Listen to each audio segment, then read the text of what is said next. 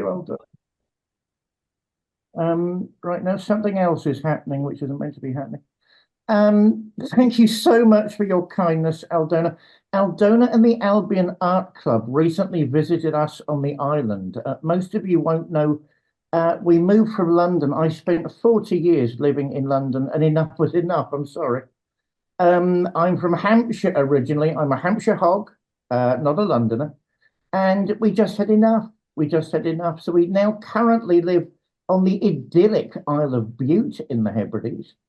You're all welcome to come and visit. It is a breathtaking international beauty spot. We can promise you a very warm welcome. It's not freezing. If you go up the road a bit, it's freezing. You know, we have a microclimate. You've got the hills in the distance and you've got the Gulf Stream. So we have a microclimate. We're safe. Whereas if you go to the next island up, you're probably up to your proverbial in snow for half the year. But that is their problem, not ours. Do come and visit. They serve wonderful high teas, and I know you'd all love the island as much as we do. Where do I, as I say, the ladies from Albion Art Club came to visit us recently. It was a wonderful time, and we look forward to future collaborations with the Albion Art Club. I mean, you know, how do I start all this? Thank you for turning up and wanting to explore a few concepts of the beautiful with me this evening. What I don't want is a lecture. What I don't want is to talk about the aesthetic and ontological ecologies currently dominating the world of art, as great as that is, because I want to start from a different position. Why should people be interested in William Arkle? You know, right, so there's a new painter in town, there's a new kid on the block, there are all these wonderful works, hey, like whatever, yeah. I notice that certain people in the arty circles I move in are already writing off the West. Apparently, old white dead men don't count for too much. That is a quote. Which I just don't believe. I don't believe. I believe in the vibrancy of humanity, and certainly karma appears to be catching up with West at the minute. It was bound to sooner or later, but that doesn't mean nothing of value and nothing of beauty ever happened here. In fact, the West has been a great repository of spiritual and cultural beauty for many thousands of years. I suspect Arkle is yet another manifestation of that particular outpouring. And that's why it's a game of two halves, as they say in footy, which I'm of Welsh descent, so it means nothing to me. As they say in footy, you know, I'm going to divide my talk into two bits. Part one, why should any of us be bothered? Part two, oh, let's get arty and look at the immense depth that's in Arkle's work. I had a personal revelation when I was putting my notes together for this talk. I've been so much more influenced by William Arkle than I realised. As I'll say a bit later, I mean, I met him many, many years ago. I mean, we visited Nick and we visited Tara. So we you know, with the greatest will in the world, we feel part of the family already. I actually met the great man himself many years ago.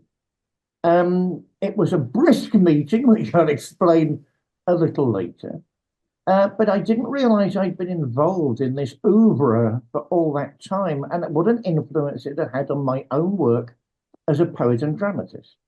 That has come as a bit of a shock, and I'll explain as we go through this evening. So why should we be interested? Why should the Albion Art Club even conjecture putting on a retrospective exhibition of his works?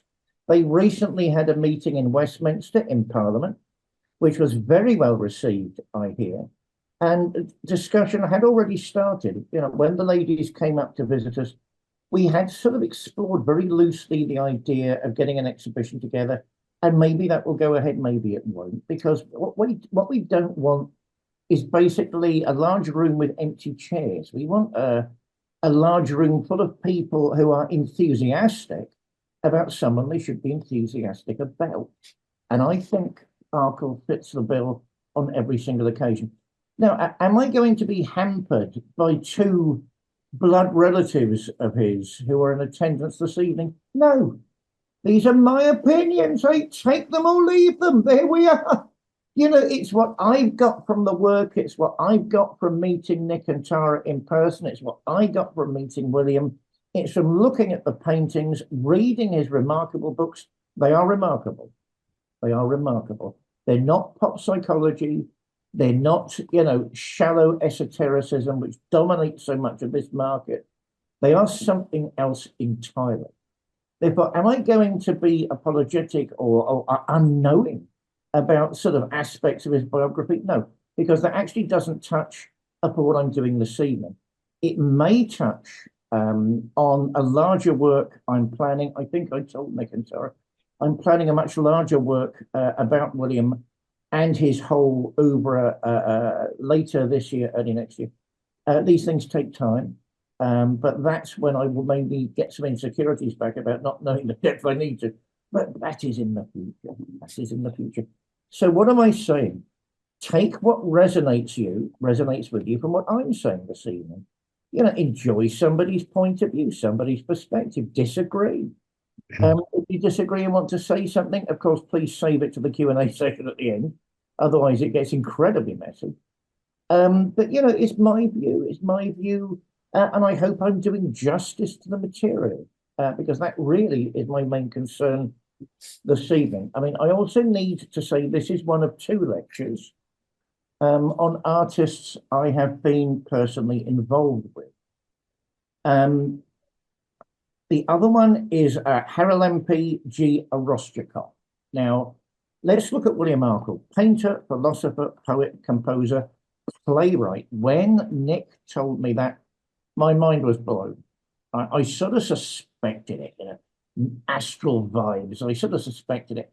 But to have the living proof in front of me, to have scripts in front of me, was actually nearly overwhelming. There are shades of other playwrights of that period. There are shades, and I'll again explore this a bit later, of other types of writing to make, you know, hooks, theatrical hooks, stock characters. And I don't mean trite and overwritten characters. I mean a well-trusted type of character that acts as a hook into a big idea. That is traditional British theatre. There's absolutely nothing wrong with that. William Blake himself used to do things like that in his poetry, particularly when we were looking at the, you know, when we read the prophetic books, he was doing things like that. So, you know, Arkle remains this presence in my life and in my mind. The other one, as I mentioned a minute ago, is Haralambie G. Arostikov, painter, writer, and publisher. I rather count myself as a subversive. I mean, I'm a lifelong libertarian, a left-leaning libertarian. So I tend to draw my political philosophies from Proudhon and people like that. Enough of the state, let's put it down. We all need to be free and enjoying life. However, my credentials as a rebel are not going too well. I noticed I'm surrounded with aristocrats and royals as personal friends. I'm not quite sure how that happened, but it did.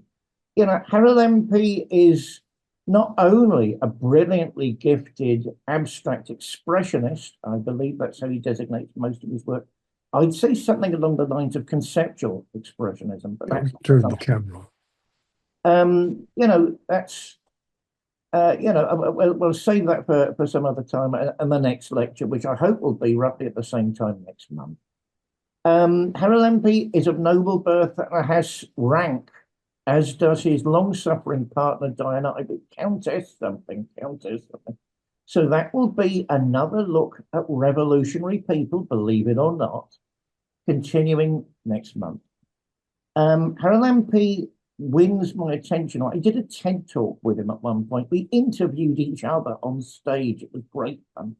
And I suddenly realized not only had he been a refugee, a penniless refugee on the receiving end, his family had, you know, he personally and his family had been through the most appalling of all circumstances. But it had strengthened his art. It had given him vision. So that is something, as I say, I hope to explore in a second lecture, which will be next month. Something about myself. Hey, look, now we're all together. Let's talk about me. I tend to hail from the conceptualist camp of creativity. The difference in my plays and in my poetry is that I'm looking for concepts not only of the transcendental, but from the transcendental. I do not believe it's simply an aspect of consciousness, although it clearly is that. Think of Karl Jaspers, who is very, very clear about that. But it's something we dialogue with, even if it's within different facets of ourselves. And it's something I've pursued across the years, and I'm beginning to suspect it's very strongly in the work of the two artists I want to examine. It's not always crystal clear about what a conceptualist is doing, and it's not always crystal clear to them either. Which is why we need to sort of unpack. I think conceptualism in the arts is a little like a sort of box of chocolates, but it has many layers. You eat the sweet, the sweet creamy things on top. Then you go underneath to the other layer to the things with nuts and extra creams. And I think it's a bit like that in conceptualism. What do conceptualists do? Why is that an important modern movement in the arts? And it is the movement that still holds sway at the moment. Damien Hirst, Tracy Emin, and so on, I think would still identify as conceptualists. Conceptualists, all of us, prioritize the idea, the notion, the rationale behind a work of poetry, illustration, or drama. That is the central thing, the most important thing, over its aesthetic and material qualities. That might seem a bit contradictory, but it's, how it's actually executed in the end is almost secondary to someone that hails from this particular school of aesthetic. Indeed, people have even said, Sol LeWitt, one of the demigods of this field, said that the concretization, the materialization of conceptual art was, I quote, a perfunctory affair, like whatever. I don't necessarily agree with that, because I think maybe there's an extra, again, layer of expression in conceptualism of particularly different types, but of profoundly different types. But that is somewhere to start from as we go and explore William Arkle. Conceptualist principles, of course, aim at dematerialized art. It's the art of the psyche rather than the art of the senses. I include myself, interrogate art by asking what it defines. What on earth is it trying to do? As well as challenge every attribute of design, let alone the need for products to be bought or sold in a gallery, a theatre, all well and good, but is that the point of the art? And the art in itself does not derive its value from being a product. That may be a part of the process that comes a bit later. Something more about myself. How did all this start with me?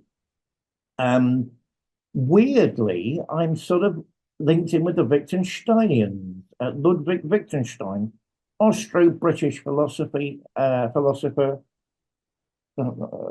We passed that. And who, of course, I was too young to actually been involved in all of that. We're now looking, I hope, at the picture of Wittgenstein that has just come up. Certainly, I got linked in with all of that through the next picture, which is due to come up. I don't know what is going on this screen. I don't know what is going on this screen. Right, that's Wittgenstein, of course, known for two major works of 20th century philosophy, the Tractatus Logico-Philosophicus, in which he believed he had solved the riddles of linguistics and largely of most of philosophy, and pushed it to the side. Take that, enough of that nonsense.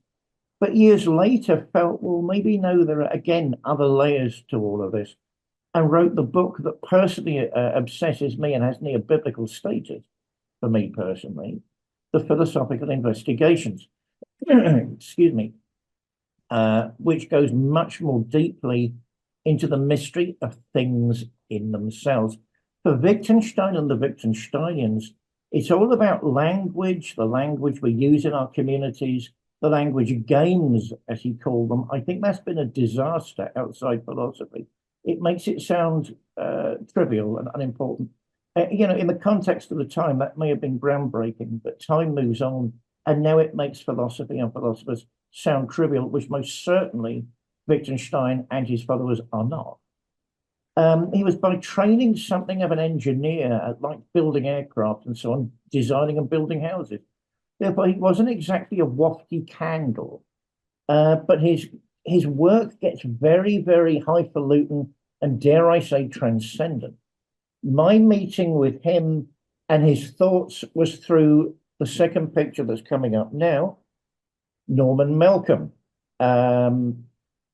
Norman Malcolm, right. Norman Malcolm, an American philosopher who was a personal friend and buddy of Wittgenstein. I mean, there was an amazing story. He used to teach at King's College. I went as a mature student to King's College. There's a long story there.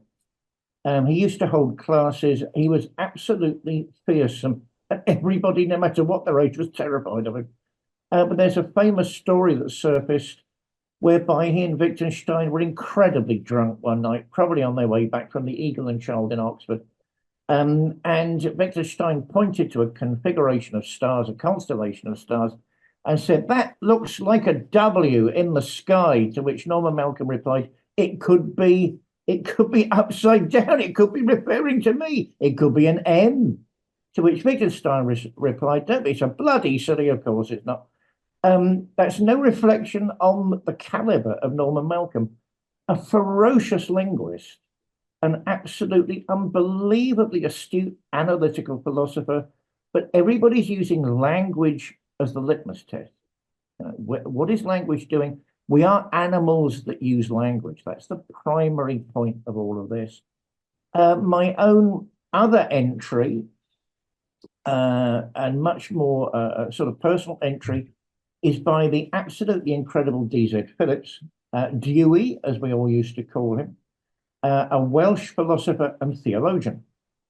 He used to come down to London every now and again and talk about his experiences with all of this, what it meant to religion, what it meant to art, what language from this point of view actually can say and what it can't say. They were all very clear that there were limits to language. That doesn't mean the human experience is limited, but it means maybe what we can say about the experience, that particular type of transcendence, is limited if words are all we have to go by. Words are all we have to go by. We mustn't kid ourselves. If we're trying to make sense of anything, that is our medium mostly. Words, of course, concepts, notions can also take a visual form of language. Which is why someone like William Arkle is straining and stretching at the bit to articulate what he's seen in his language game, what he's seen, in his particular oeuvre, what he's trying to express to those people that can share that vision.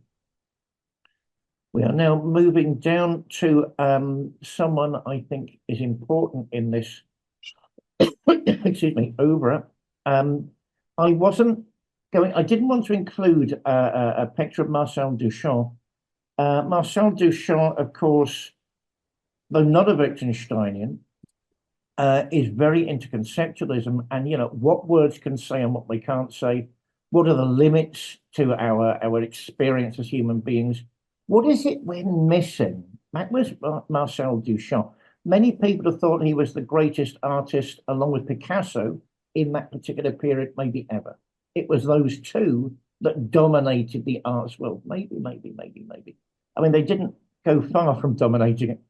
And certainly in his own creative period, he came up with what they called the Great Glass. I mean, there are many ways to translate that actually, which wasn't complete for him until somebody smashed it. Is that trying to reduce language into the concept? Is that trying to expand the concept into the transcendental? Marcel Duchamp would have said, well, sometimes we need to look Zen-like at the world around us. Let's look at what we're seeing and what we're not seeing. This wonderful piece in front of you is called Fountain. It is obviously a urinal. He entered it for a French exhibition under the name of Armut. I think if you look carefully, you can see that at the side, because it was a non-diploma. He didn't want people knowing who it was. I don't think it got too far, but the point has been made. The point has been made. Ready-mades, is art all around us and we're not really seeing it? Is the concept, the world of concepts interpenetrating all of our worlds, and are we just ignoring it all the time because we're too busy, we're too narrow, we don't agree with this, but we agree with that, we're blocking out our senses, we're encouraging only a single type of sense, thinking, mentations, thought patterns. Marcel was saying, whoa, hold on. Ready-mades. I can find art all around me, and I can find art in areas people would never dream of looking. I mean, certainly Duchamp is one of the most important people at establishing what we would call now the post-industrial perspective. Excuse me, despite, right, my Luddite credentials come back. Are we looking at a Western world that's rapidly approaching a post-industrial phase? It does seem to be the case. What does that mean economically, politically? I don't know.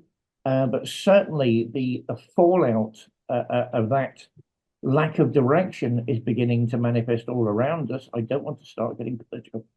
But that's something to bear in mind. And these boys were saying way back when, this is part of a process that we can observe, and we can look at the concepts behind that process that help to configure that process. We'll now go to the next picture.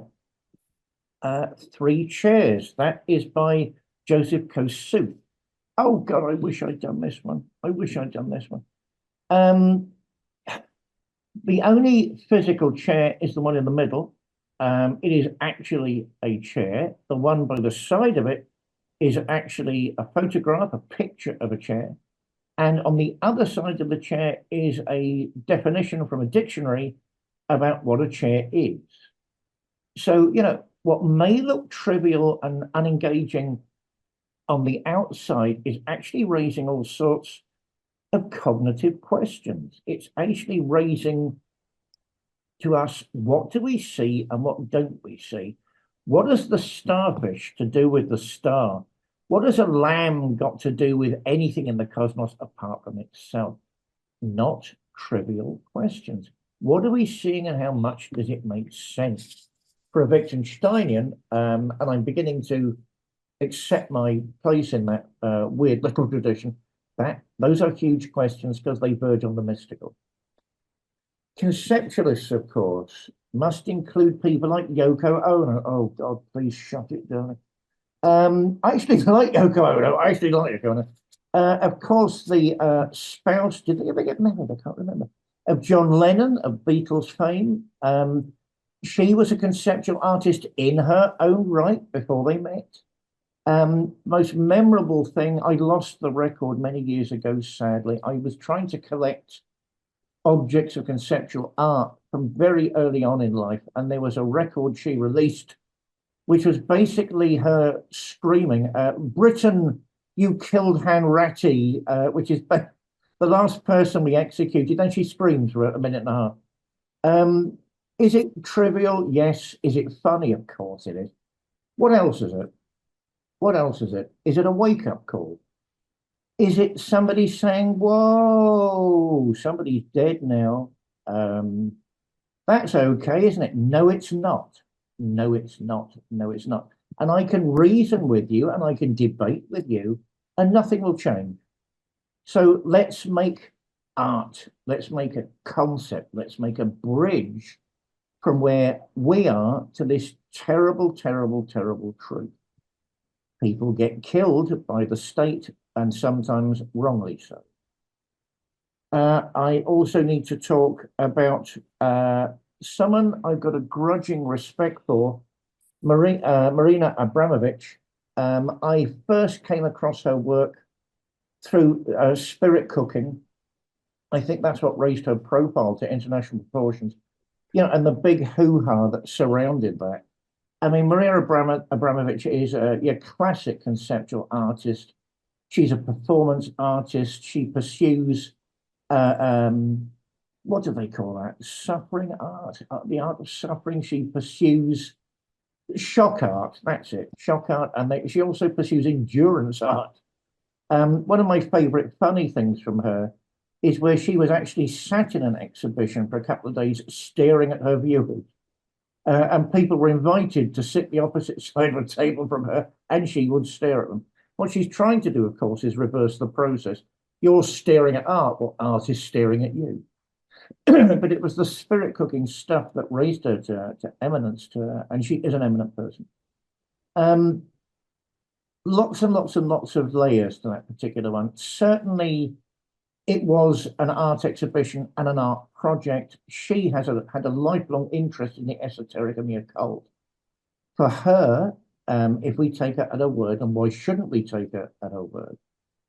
It was an artistic exploration of a certain type of ritualistic behavior which had happened across Europe for centuries. And in her particular case, it involves pig's blood, whereby she would either throw it at a statue or a recipient, someone collaborating with her in the arts, and use pig's blood to write the results in a cookbook, in a recipe book. So the whole thing was very reflexive. Um, I'm not sure she would have felt anything more than art was taking place if anything more than art ever takes place. But lots of people did. I mean, certainly Alex Jones and the Podesta files and all of that sort of stuff.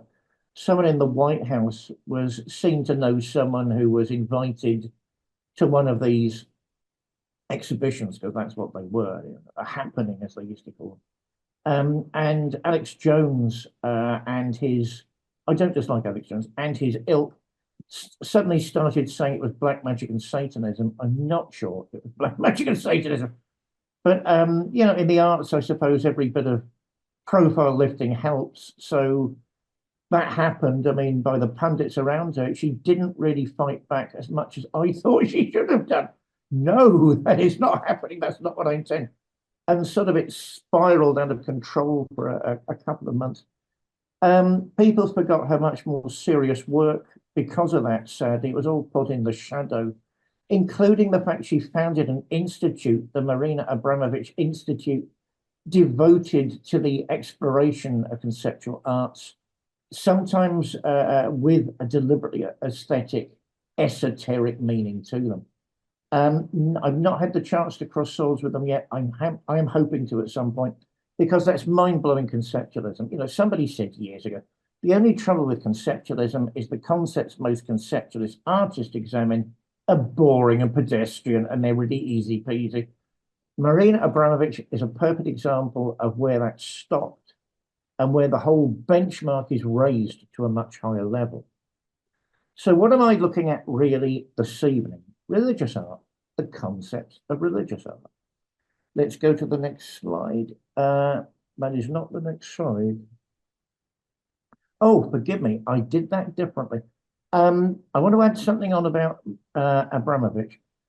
Something interesting that caught my attention on the way to religious art.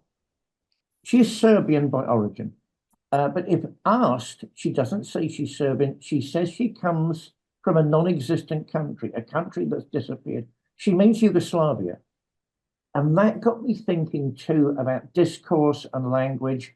What appears, what disappears, and what is it hiding? What is it hiding in its evolution, in its devolution, in its progress between one event and another? Which led me to very close ties with other knobs, other political socialites, oh God, other princesses. This is Princess Katerina of Yugoslavia, a very good friend of mine. Not of Serbia, because the political reality changed. She doesn't like Marshal Tito. I've really got a soft spot for Marshal Tito, but because he was trying so much. She won't hear a good word about him, but she also says curious things about how language disappears, how identity disappears. And sometimes it reveals a higher truth, and sometimes that truth in itself implodes and just goes away into the vaults of history, and nobody will know what it meant afterwards. I first met her at the Mount Athos, one of the Mount Athos conferences. I was privileged to be invited to them many years ago. and indeed one of my books is based on that, um, and found her to be absolutely intriguing and enchanting. All the people from the excuse me, old Soviet bloc had histories to tell, and it wasn't quite what people expected. It wasn't at least what this Westerner expected to hear. We're now moving on to the next slide. Another friend of mine, Vesna Petrovich, who is the senior and the founder, the CEO and founder of Pro Arts and Co., who tries to get conceptual art from that part of the world across here. Why is she doing that? Because she would say religious art in this part of the world always takes the form of what we think churches say about it. So, of course, this is Michelangelo and the Last Judgment. What is he painting? Concepts. He's painting ideal figures. He's painting symbolic entities floating around in the sky. I mean, this actually dominates a whole wall, altar wall in the Sistine Chapel. I've had the privilege of seeing it myself. It is stunning and breathtaking. And so obviously there's a level of religiosity to it. There's a Catholic interpretation to it, none of which is wrong. But there's also, a conceptualist delve into this. These are ideas and notions that he is trying to portray in a particular way. Vesna and certainly Marina Abramovich are saying, yeah, all well and good, absolutely great. There are other ways to do that. And maybe we're so used now to these glories of art. How can anybody say that someone like Michelangelo is anything apart from glorious? His art is glorious. This totally professional artist in a century way before such things were really possible. I mean, even Leonardo da Vinci, I mean, did he actually ever finish anything? Michelangelo did, the consummate professional. And look at the results. And that's because there's a conceptualism to his work, which most people are missing.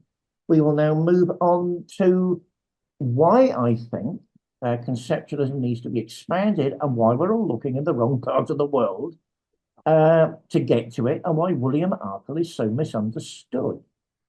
This is another hero of mine, Igor Savitsky. He is extraordinary. There's no way of saying it. I mean, my note here reminds me that he was a painter, archaeologist, and collector of forbidden avant-garde art. Now, what does that mean? In the old Soviet Union, the official art was socialist realism. You did not deviate from that. If you deviated from that seriously, you were arrested. If you deviated from it seriously and wouldn't stop, maybe you were tortured. Where does that happen in particular? In Central Asia. Some of you know I've got a great passion for Central Asia. I've always had it. Russian culture is incredible. Central Asian cultures are mind-blowing. And certainly they seem to be on the receiving end of all of this much more than what the Central Asians would describe as white Russians. What you can't do is turn up in those countries and say comrade with one hand and then take all the resources and oppress their way of thinking with the other, which is what happened sadly in that period. This gentleman, who was Uzbek by origin, thought some of this art is so stunning, it needs to be preserved at all costs. He made a career, he made a vocation, not only of painting his own works. Look at the depth of that palette. That is a palette covered in contradictory colors, and there's depth to it. There are ideas, there are concepts, there are notions going deeper and deeper and deeper. That is the first level of the chocolate box. And he would say, and you're not even looking, deeper and deeper and deeper into what makes us human and what makes us understand the universe in the way that we do. His only way of saving this art was to open a unique art museum in the middle of nowhere. It was called Nukus. It was in the desert. I haven't had a chance to visit it myself yet because it's so inaccessible. People even nowadays have trouble getting to it. The Pakistan region is where it's situated. I still have trouble saying that, even with these two, forgive me. The idea was he would take and preserve the greatest works of art that didn't fit the bill of social realism and keep them safe and treasured. You know, what he managed to do, from my perspective, is almost make a church, almost make a mosque, almost make a synagogue. You've got these perfect explorations of art, particularly conceptual art, around which rarefied forms of discourse were generated. How can anybody say that's not an exploration of the sacred? Of course it is. Um, and he did that single-handed. He'd beg, borrow, and steal. He'd be writing IOU notes to artists. He'd be catching last-minute trains before the KGB, or was it the NKVD back then? Could get hold of him, in and out of a city, getting as many canvases as he could into a cab and shooting back to the desert, because that was the only safe place to preserve these works of human genius. They were discovered a few years ago by accident by American curators. I believe, sadly, the museum in Newcastle is beginning to sell some of these unique works of art.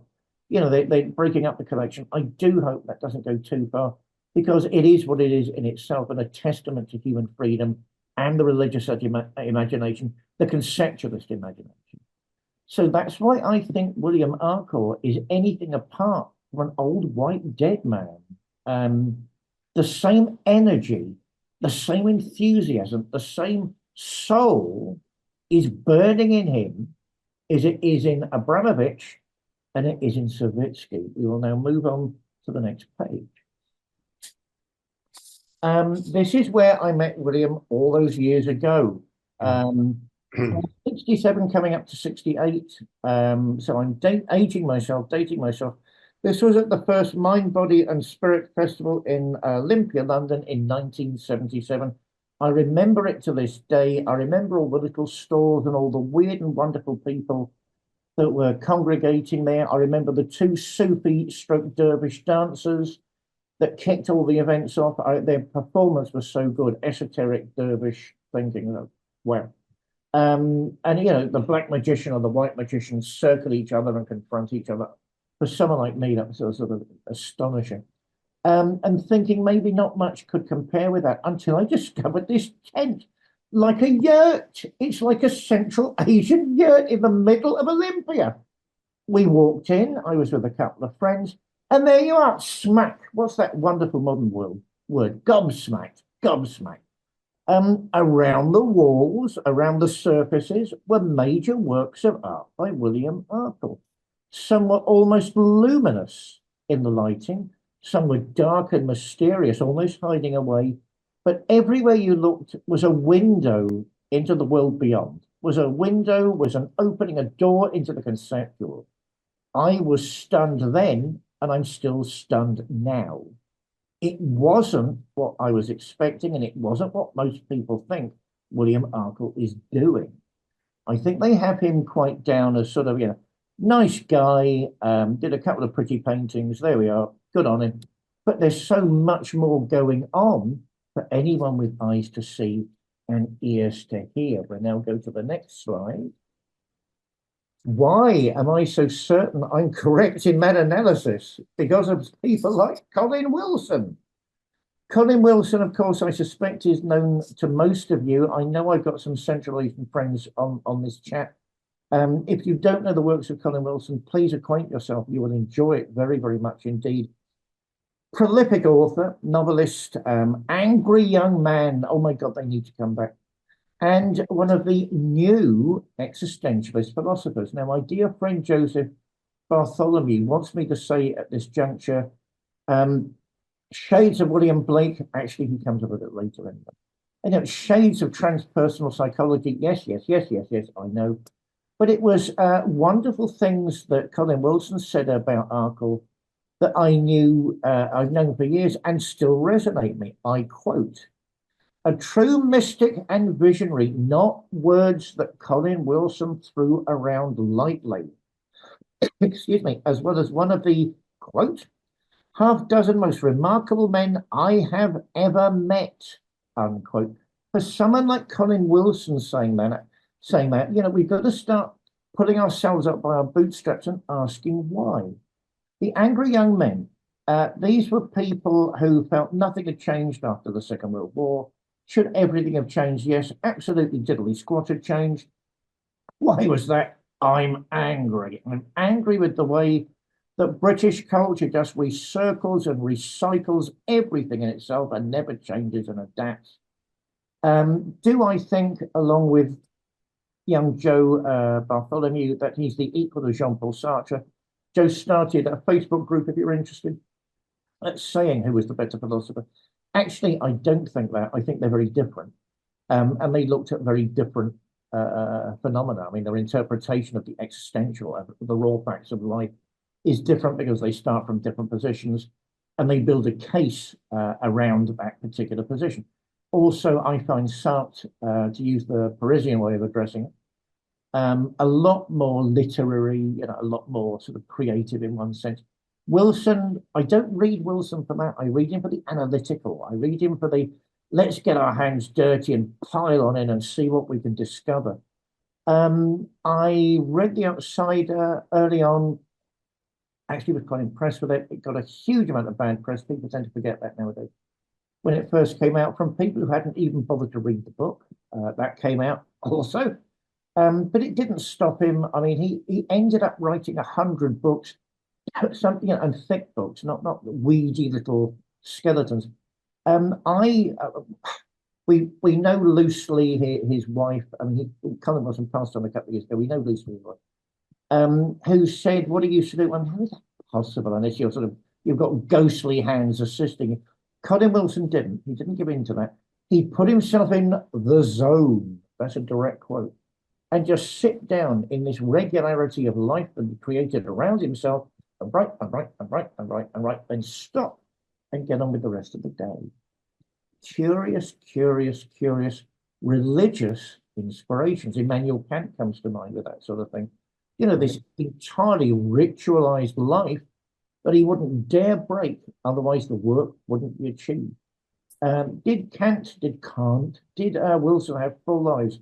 Yes, they did. But their religious inspirations, their transcendental view, gave them maybe a type of discipline that very few can understand, let alone interpret. Do I think Arkle stands alone in British painting? We will now move on to the next one. No, I do not.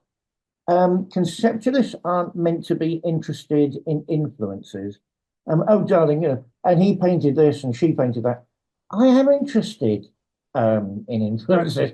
I'm interested because I think they may have no direct bearing, but they're in the sensorium.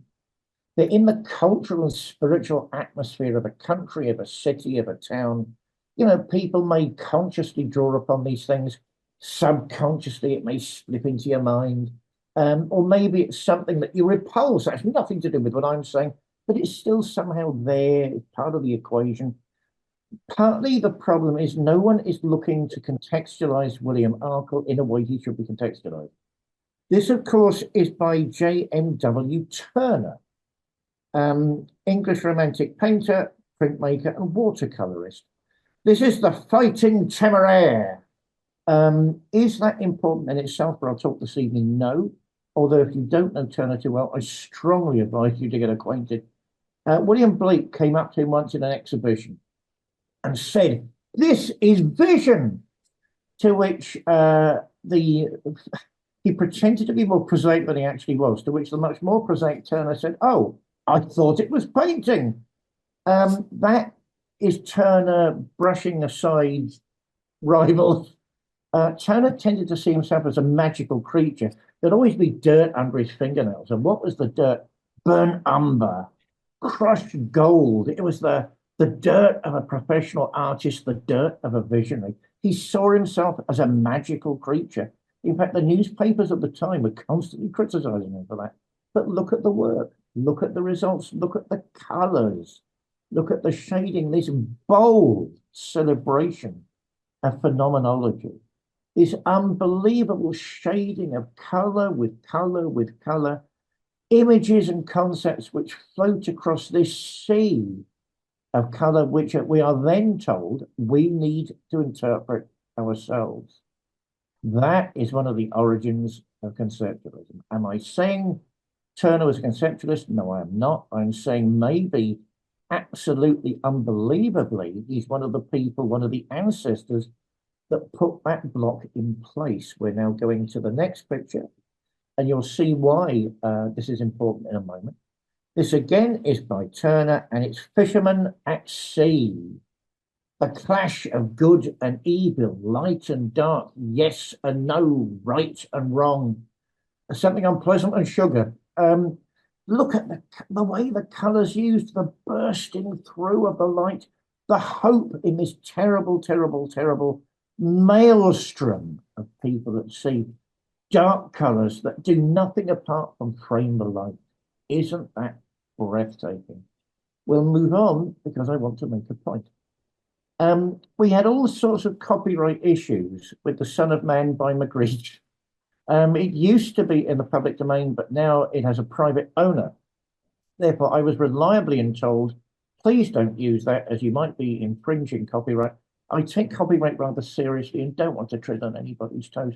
So this is somebody's sort of mock-up of The Son of Man by René Magritte. Absolutely wonderful. What are we seeing and what are we not seeing? So you've got the businessman, you've got the apple in front of his eye. If you look at the original, there's a wall lower down, which the figure may or may not be resting on. One of his arms appears to be bending backwards in an impossible anatomical position. So Magritte is basically saying, oh, my heavens, let's look. We're not even seeing the concepts of the natural world. We see so little that's visible to us that maybe we're just caught in this little bubble of self-reference for most of our lives. Like this guy, does he see that in front of him? Or has he already told them it's just part of his experience and let's get on with life? Magritte likes to challenge with the extraordinarily bizarre, but so does Arkle. So does Arkle. We'll move to the next picture. This, of course, is William Arkle. This is Mountain Stream. I haven't put my selection of slides in any order because I don't really want to go through the history of paintings. I don't want to go through the development of Arkle's style, although I'd love to do that at some point, but this evening we will not be doing that. I mean, you're looking at something Turner-esque, aren't you there? You're looking at the play of light and colour. You're looking at a glorification of nature. You're looking at that romantic impulse. We're seeing things, but we're not really seeing what's in front of us. We're not even seeing the whole range of the visible, let alone what might be invisible. And what Arkle's saying is, what he's drawing on is that British tradition, British Romanticism is a very undervalued contribution to global art. And we need to discuss that a great more, I think. Yeah, and this is one of the reasons why. The meticulous detail used with the blues and the greens, the way the water runs across the rocks, the way the sky is ripping itself apart, and the viewer is simply invited to participate. We'll go to the next one. Ho, ho, ho! Shades of René Magritte. This is called The Businessman by William Arkle. I noticed in the book, The Great Gift, which I treasure in my book collection, it said it's almost like a cartoon, underdeveloped imagery, and we don't really quite know what's going on there. I would not take issue with what's being said there. I'd say, yes, that's one of the levels of the chocolate box, but there are other levels.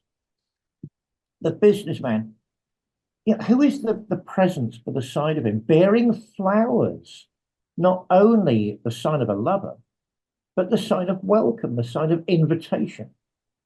So is it an angel? Is it an angelic figure? Is it God? Is it the overself, the soul, the very essence of the businessman himself? All of those things, none of those things.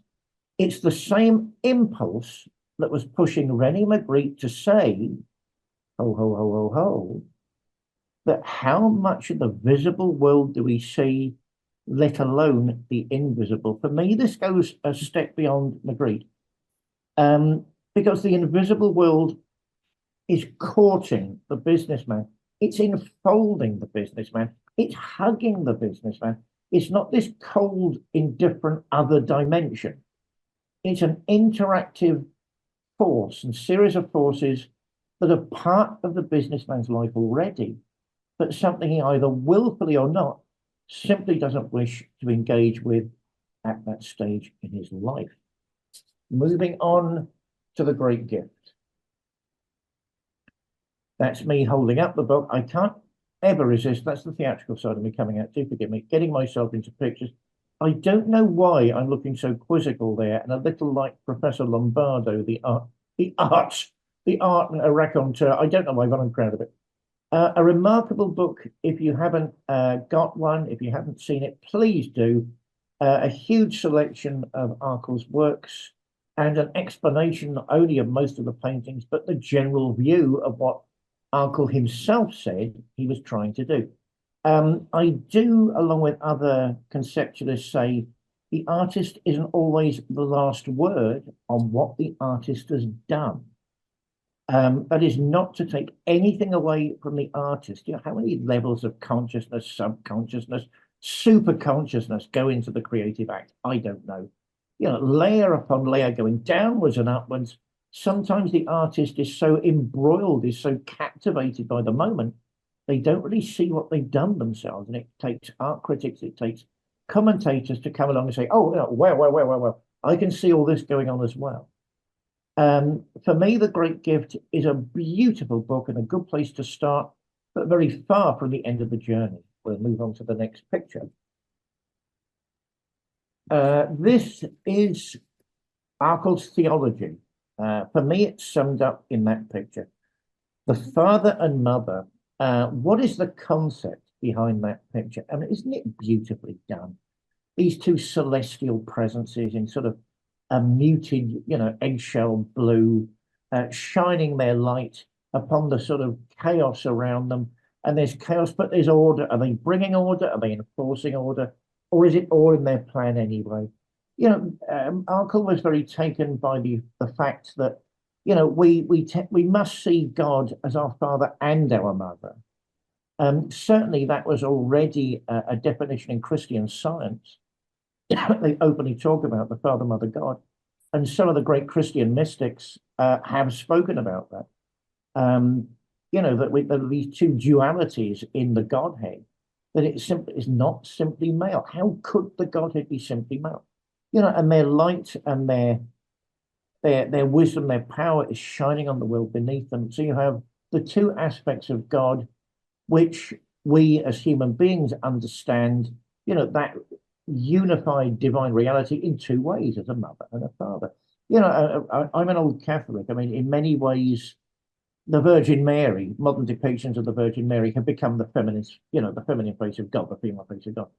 But there was no need to add that because it was already there. I mean, also the Shekinah, the Holy Spirit, Shekinah is the Jewish word, of course, is actually a female word in Hebrew. So, the female presence is very, very there. But I think Arkle does this in a unique way.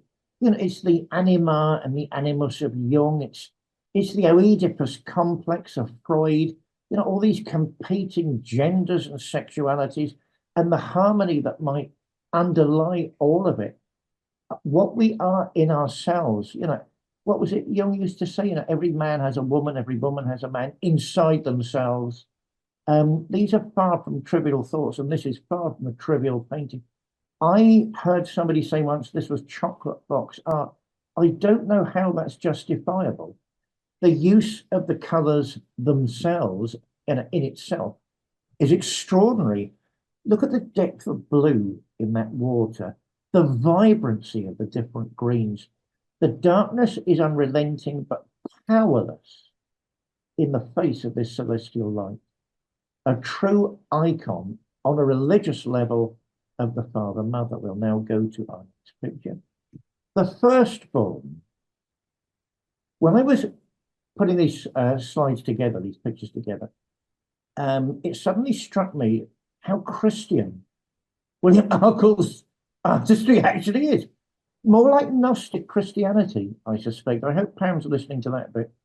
than mainstream Christianity, or more like orthodoxy. You know, orthodoxy tends to circle around the Platonic. I mean, Western Christianity tends to circle around the Aristotelian, Aristotle, much more pragmatic as a thinker. You know, you don't get these reveries of thoughts and concepts that you do in Plato. Um, this is this is Platonic. This is religious art of the finest caliber. The firstborn. So obviously it's Jesus Christ. Not only our kindred, but also the prototype. It is male and female. He, she is male and female. It's the beloved of the original design and designer. We reflect as human beings not only the concepts of male and female, but whatever it is as an actuality, whatever those things are, beyond that. I mean, this is intriguing. You know, what the firstborn is doing is ascending. Of course, the ascension is a Christian holiday, coming from the very, very green and lush ground below, and you know, floating up into circles of other types of experience, other types of concept, with the blessing of the father mother. So the firstborn not only lives up to its role as the child of God, the very blueprint of what we're meant to be as human beings, but also the reward of God, the great gift. The gift from God, the gift from the Godhead for Arkle, is that it's not some huge, overly theatrical presence. It's our friend, it's our father, it's our mother, it's our brother. The divine is our family. What does the divine want? It wants co-creators. It wants communion. That is meant to be at the heart of Christian mysteries, communion.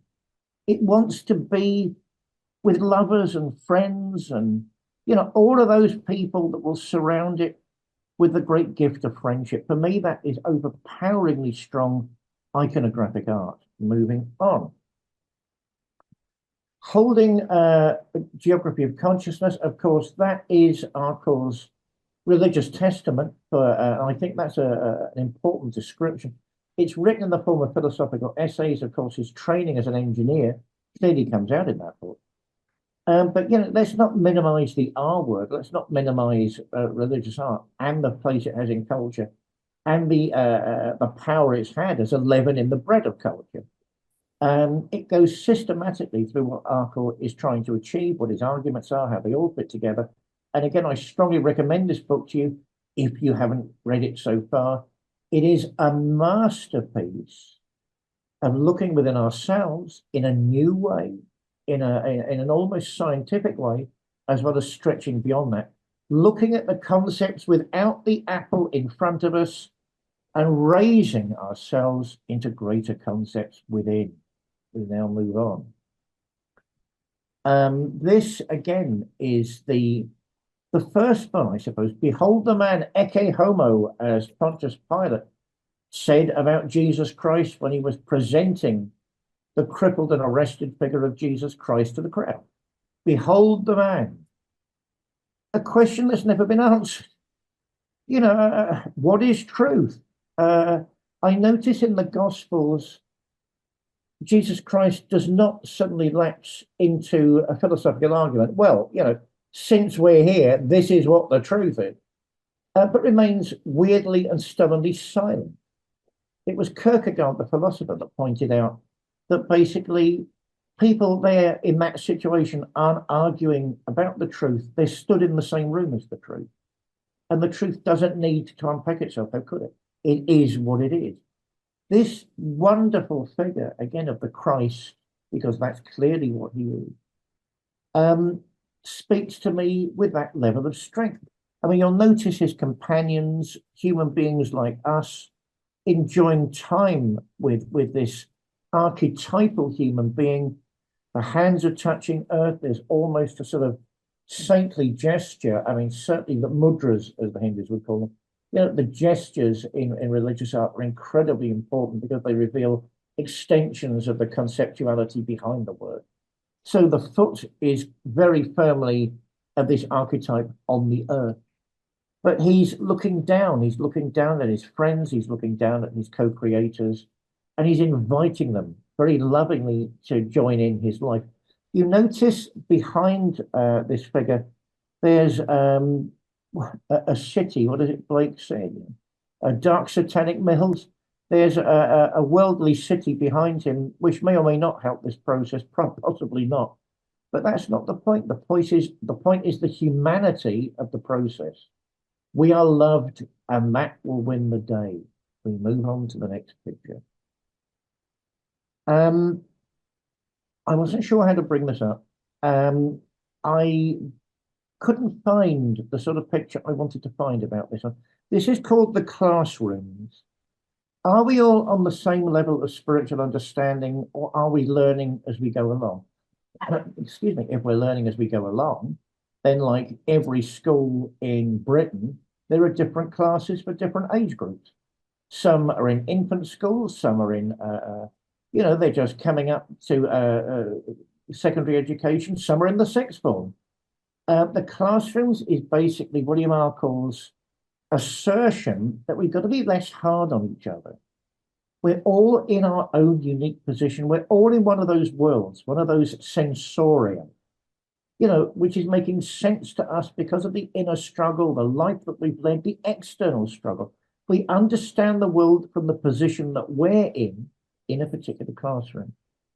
Don't project onto anybody else. You are a wicked person, or oh my God, I'm such a saint.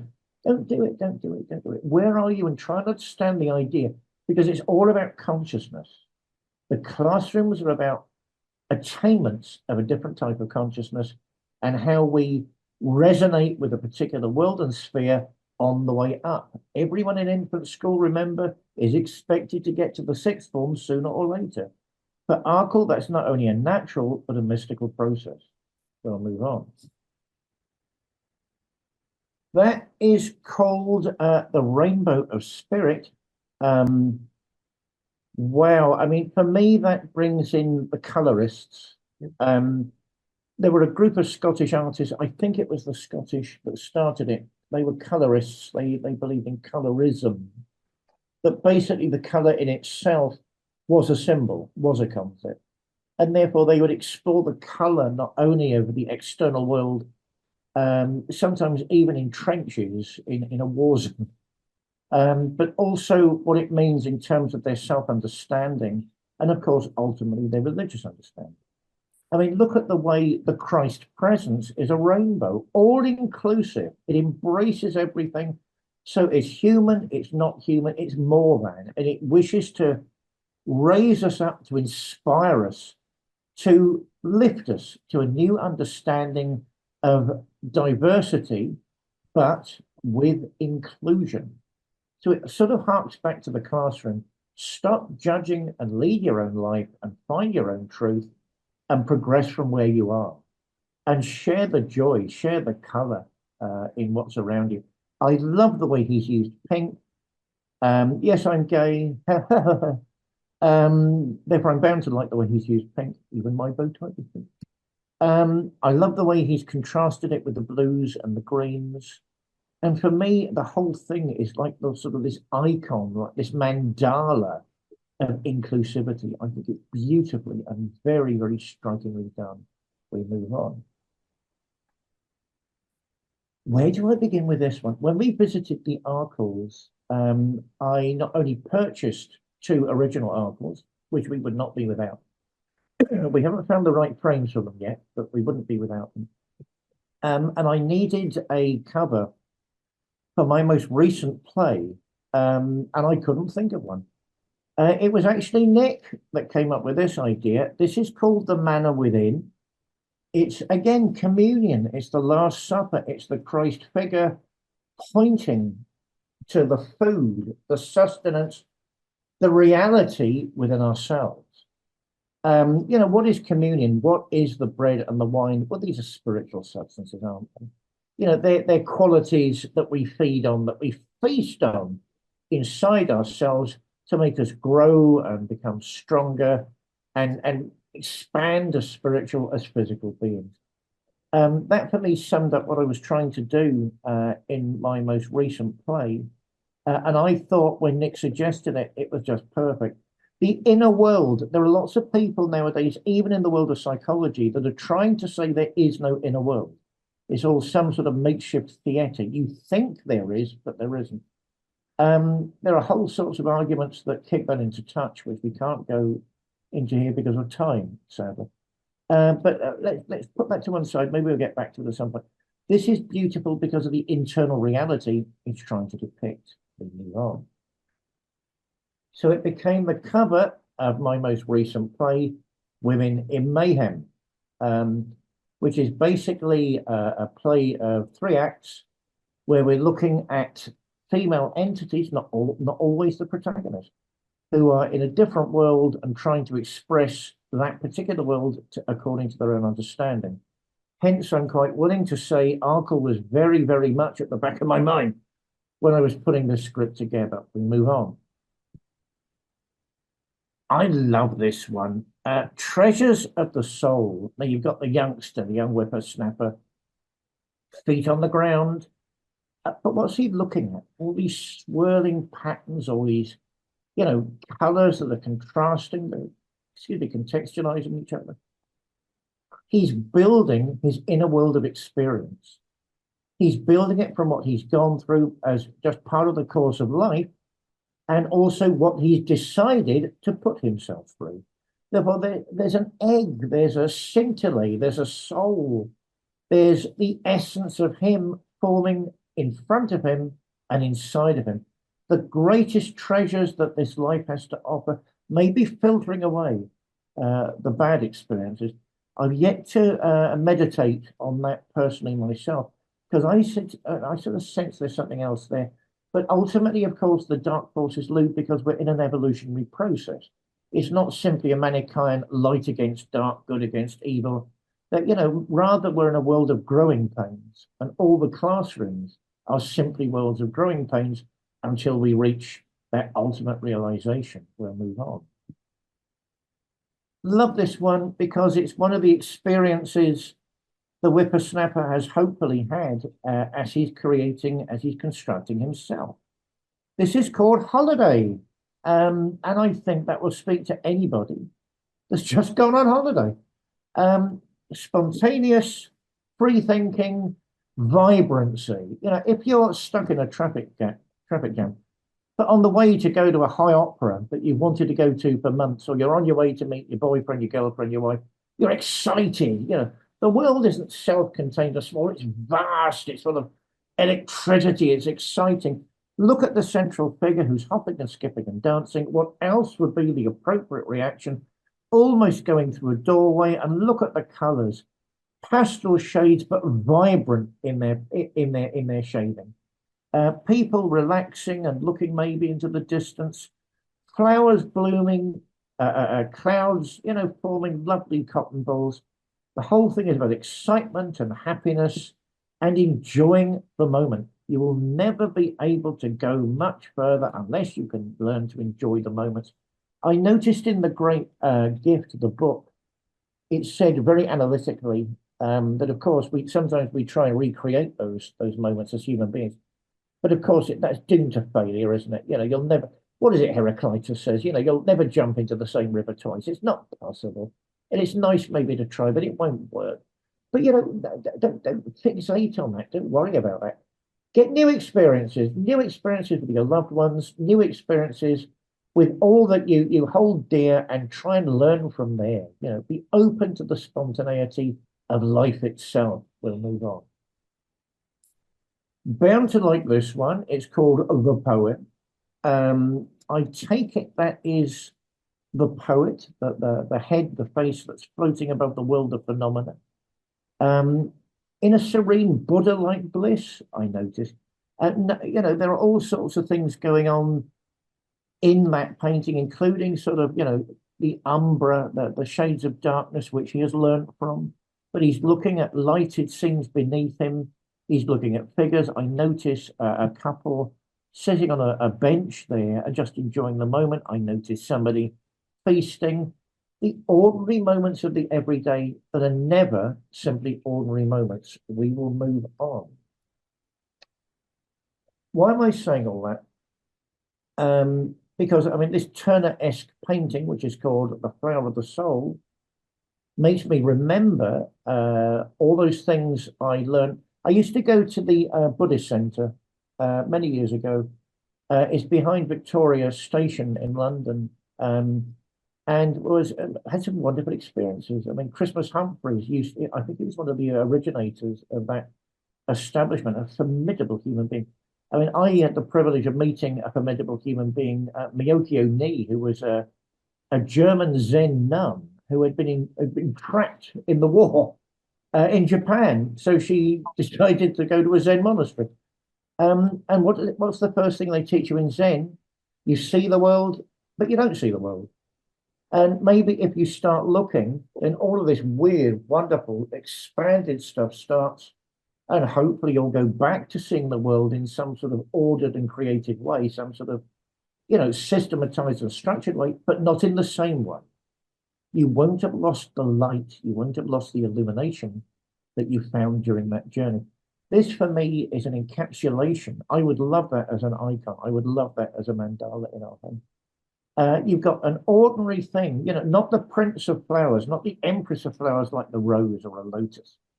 You've got an ordinary thing like a daisy, but shining with celestial light, reflecting the light, generating light, becoming one with the light in the landscape and the skies above. So it's an ordinary thing, but not an ordinary thing. We'll move on. I'm told I'm running out of time. Why do I think I'm on the right lines with all this Zen stuff and certain types of contemplative Christianity?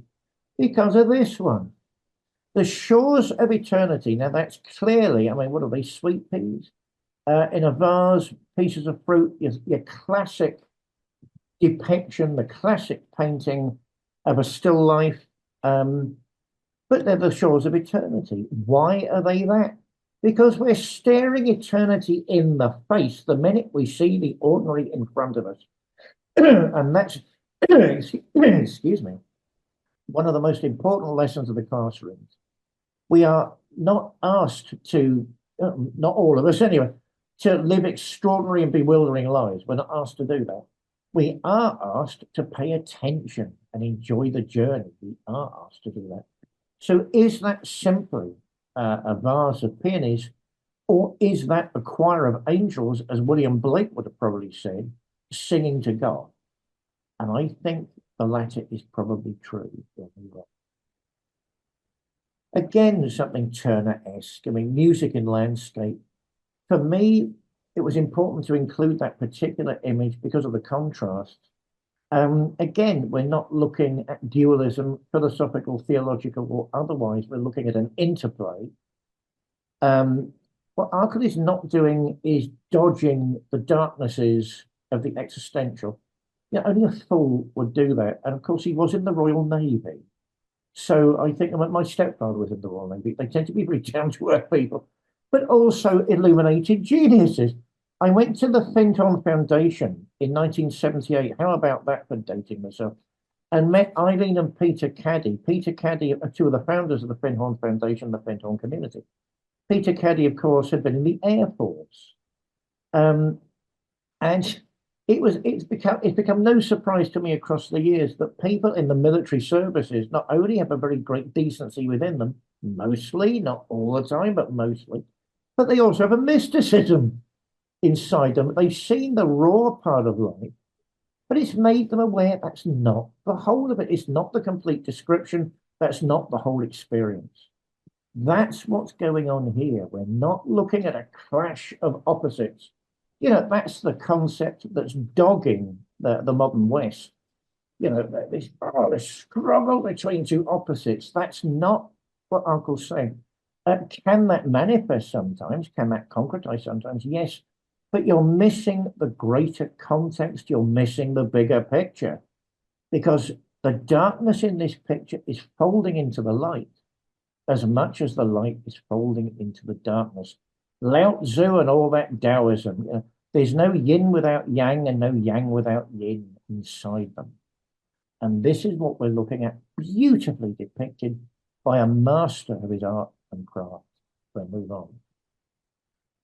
One of the original Arkles we picked up Now I'm on my pension, so I don't have huge amounts of money. We would have spent huge amounts of money to get to original articles. We were very proud with the ones that we got. Landscapes with a luminosity. Um, every time I look at this one, I realize I'm looking not only at a great sage. Arkle was a sage. You know, let's not throw away the epithets of the past. Let's not throw away the baby with the bathwater. He was a guru figure. He was, in an arhat. He was someone with vision. There's luminosity inside the natural world. We're not seeing it visibly, and we're not seeing it spiritually, not transcendentally. We've got to start looking, and then we see what Turner was talking about, what William Blake was talking about. You know, eternity in an hour, a grain of sand, a whole universe inside it. All of a sudden, we see the great mystery. And at the end of the day, all the great religions, particularly, I would say, the Abrahamic religions, are really focused on that particular thought. Moving on.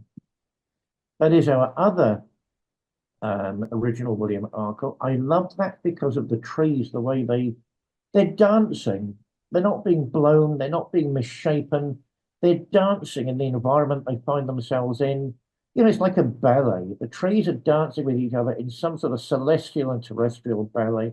And the colors around them, you know, the phenomenon around them, the plants, the landscape, the earth, the soil, the mud, is dancing along with them and giving them a round of applause and saying, oh, this is just wonderful. You know, this is an event we need to join in with. So that's our other original treasure. Nick Arkle, you have yourself to blame for this because that visit to you was full of treasures. You eventually not only gave me the gift of a script, which I'm still looking at, shades of Noel Coward in that script, very, very surprising. I wasn't really, that didn't enter my mind that he might be echoing somebody. I don't mean copying, I don't mean anything, I mean echoing. But these are other original plays by him, which we're privileged to look at. We're now rapidly going through the rest of the slides. Some of this is mentioned in my recent thesis, which was published by the remarkable Gwendolyn Taunton. My doctorate is called Cultivating Presence, and certainly Arkle had a say in all of this. I move on to the next slide. If you're trying to contact me, my website needs redoing, I know, but try and get hold of me that way. And my social media handle is at dparry777. We'll move on to the last slide. If there is any time at all for any questions, we'll take them now and before I start choking and coughing. Thank you all for attending this evening, and it's been a joy to be with you. Don't feel you have to ask a question. As I say, and it's my view. It's my view, excuse me, as it stands at the moment. It wasn't my view of Arkle 5 years ago. It may not be my view of Arkle in 5 years' time, but it is material that's building towards a publication for the simple reason I'm an Arkelite. His work demands a greater audience and a greater appreciation. Any comments? I know we're running short of time. Anything we round off? I'd like to make a comment. David, first of all, thank you very much for bringing Bill's work forward to a larger audience. Yes, My name is Leonard, and Bill and Liz were, well, how can I say, virtually my adopted English parents. I was on a quest around the world for the wisest men and women I could seek many, many years ago. And I came across Bill, arrived on the doorstep literally one day, was taken in, and you commented earlier on Bill's first exhibition publicly of the paintings under the so-called yurt. That was actually a dome that I designed, inspired by another spiritual teacher, and helped Bill put together the book, The Great Work, decide on the Great Gift, deciding on the titles, working with him, and most importantly, raising the money to pay for it being printed and then published, distributed. So Bill and Liz and the family, Nick and Tara, well, their family. But it's just what you're doing is very important. Most people have never seen Bill's work, and when you see it, now more than ever, given absolute current today's events unfolding, people are yearning for a deeper insight, which Bill was absolutely a pioneer and a sage. So bless you for continuing that great work. Well, Leonard, we must keep in touch because obviously you're one of the people I need to talk to. It did remind Bill, me. through Well, I mean, it Nick. did remind me of a yurt. It still does. I appreciate the dome thing, but don't forget yurts are meant to be like domes. Um, and I don't know. I don't know if I got on with him well. We had no money. He wanted to make a sale, quite rightly. And this thin. I think I told Nick this thin Apollonian figure. He got sod off students. I mean, my thoughts, not his. But that he was dazzling. Even then, he was a dazzling, striding giant. That's my memory of him. And And the art spoke. It spoke about him as a person yeah, when I was in the middle of the tent, and therefore I wasn't anything apart from overawed. And I still am. I still am with all this. it was a magical event. Bill uniquely amongst a lot of teachers who I met, and some were very full of themselves. They had gifts, but Yeah, they're very aware of it. Bill practiced what he preached. yeah, The man was gentle. He had integrity.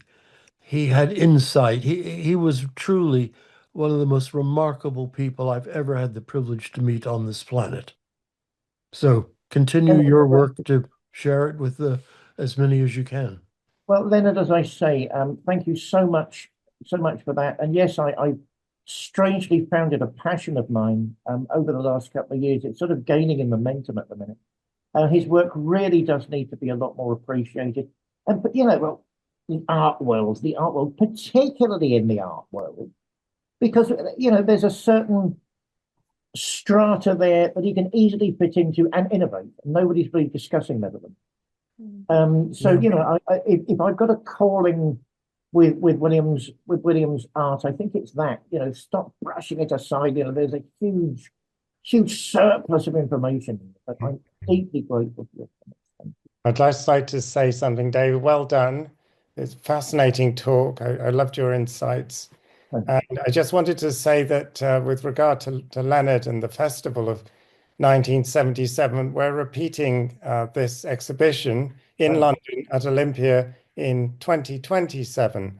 It will Yeah, be at the Festival of Mind, Body and Spirit in May. So anybody is welcome to come along and see it. And we're hoping to put on an even larger exhibition in celebration. And Leonard absolutely and incredible. Sue are helping us. Incredible news, my friend. Please keep in touch with me. I will, That Woodstock, Schmudstock. That festival needs to be revived.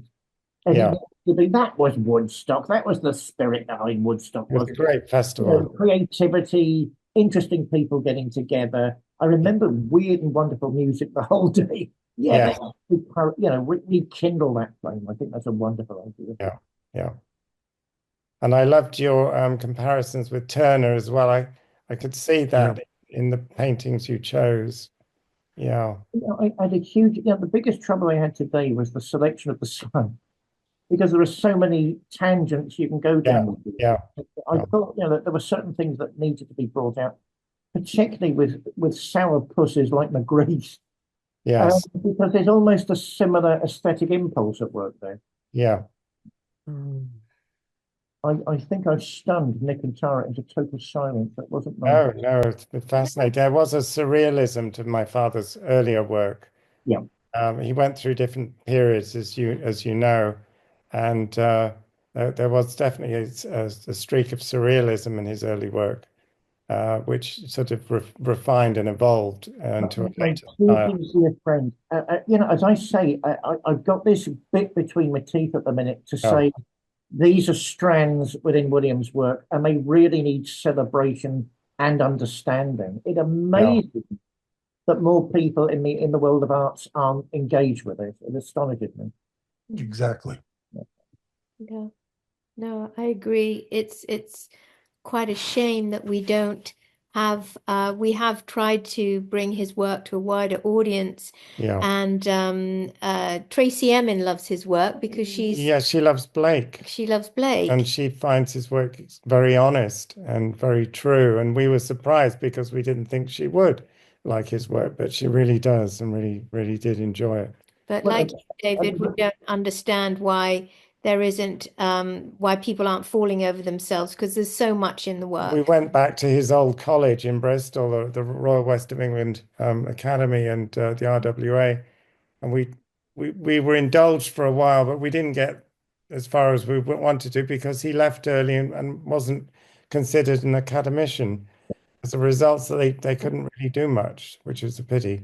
Nick, sometimes you need to take heaven by storm. Yeah, Leave it with me for a while and let's see what we can do. yeah, This yeah, work is not going to remain idle. I promise all of you that. It's far too good.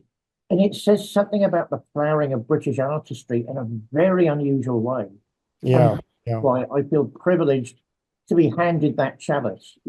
Thank heavens it's me. It's completely unexpected, but a great, great, great blessing. Yeah. Thank you for Thank you, being on David. Team Arkle. Yes, we appreciate I'm on Team Marvel. you're a magnificent, make a magnificent champion. Thank you. Yeah.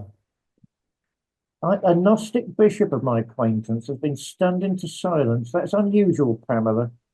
Well, no, this is all very new to me.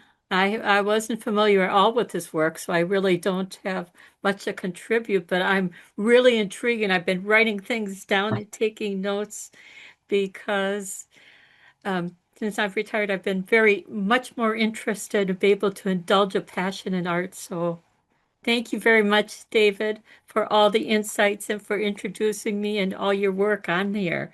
This is fantastic. Well, Pam, I mean, you're a very good and important friend of mine, and I know, because I know you nowadays, I know you will find this exciting, and I know why you will find this exciting. We've got a mystical painter in front of us, but people are weirdly pushing to the side, and I can't believe it. Yeah. There are frauds. I'm not mentioning names Tempting. nowadays in the world of art that are claiming half of the things that William's actually doing. Yeah. And William did it before them and to it with a greater aplomb. As I said to Nick, it's time to show people how the land lies with that, and then they can make their own minds up. This is exciting work. It's exciting by a practicing mystic, by heavens above, not just someone. I mean, I've got loads of New Age friends, my God, like you, Beth. It's not just talk over a cup of coffee. William's doing it. He's pushed in there and he's doing it. He also did it with, he also did it with a certain quality to his style. He had definite quality to his work. All of it is top notch, Nick. The superior level of craftsmanship. Even the early work. Yeah. Oh, Yeah. I'd say especially weirdly, because he's looking to be precise in the early work. Yeah. The level of precision that you nearly lose as you go forward, because he's confident in the depiction.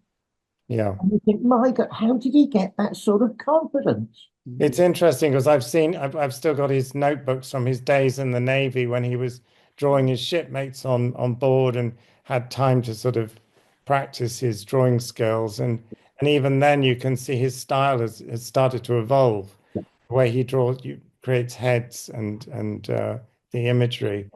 Well, as I say, this is the first round in a much longer battle. So definitely. watch this space.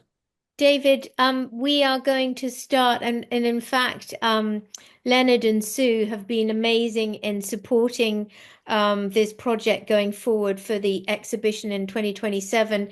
And Nick and I will also be consciously from sort of May this year, we'll have like a year before the exhibition. Tara's just finishing an MA. So we're gonna be dedicating time every week to sort of be prepping for this exhibition so we can get as much awareness and as many bums on seats as possible. Yes, we hope to assault the press by the time it comes around and have got their ear. Yeah. Anything I could do to help, just let me know.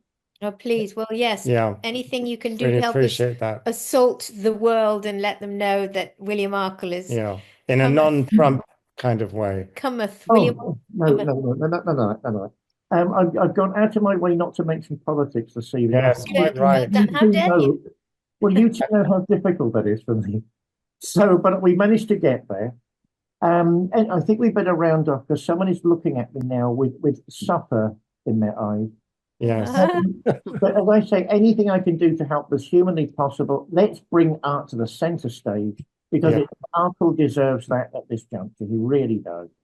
Definitely. Thank you, David. Yes, he does. Thank you. Thank you so much, David, Yeah. for your kindness and your intelligence and your joy. Yeah. Thank you. Well, thank you, everybody. Yeah. I've gone over my limit. I do apologize. No, Please keep in cool. touch. This is the Arkle family, the Arkle tribe. As I say, if you get the chance, I want to talk about Harrilampi next time. You'd be surprised at the crossovers. On the surface, there are none. The minute you start digging, there are crossovers. I'll leave it there. Enjoy the rest of the evening. And Yes, take well done, Daniel. Bye. Well done. Without the tech wizard, this wouldn't happen. Yeah. Goodbye, Nick. Goodbye, Tara. Bye. Take Bye. care, my friend. Take care. Bye-bye. Bye. Thank you. Daniel. Thank you. Bye. Nice to meet you all. Oh, That was very nice. that was super. Yeah, it was great. Whoa. I mean, that really. I know you. You're famous. And you. Well, there's lots of other people online still.